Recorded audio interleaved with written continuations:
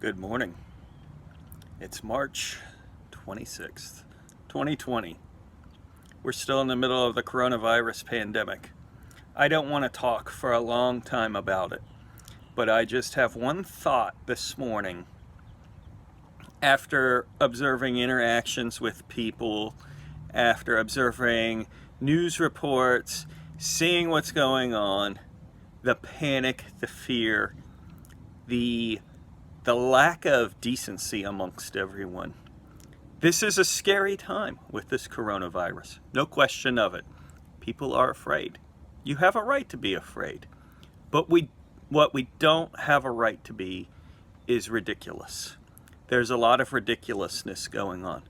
There's a lot of people who are hoarding toilet paper, hoarding supplies. People can open up garages and find it's stockpiled with supplies, as if though the end of the world is coming. If the end of the world is coming, what are you going to do about it? There's nothing you can do about the end of the world. There's nothing we can do except to be prepared and use some common sense while we're going through this crisis. Common sense. Washing your hands. How many times do we have to hear about washing your hands? Common sense. Covering your mouth when you're coughing. Common sense. Staying home and only going out a couple of times a week for your groceries and other essential items. Yes, we're going stir crazy. That's life. This is a disaster. We have to adapt to the changes. Otherwise, our civilization is going to collapse. People are being rude. People are being selfish. My final thought on this whole thing is, we are a nation that claims to be 60 to 70% filled with faith. If we have faith in God, if we believe in God and Jesus Christ, we will not panic over this situation. We will pray. We will use rational, logical thinking to get through it.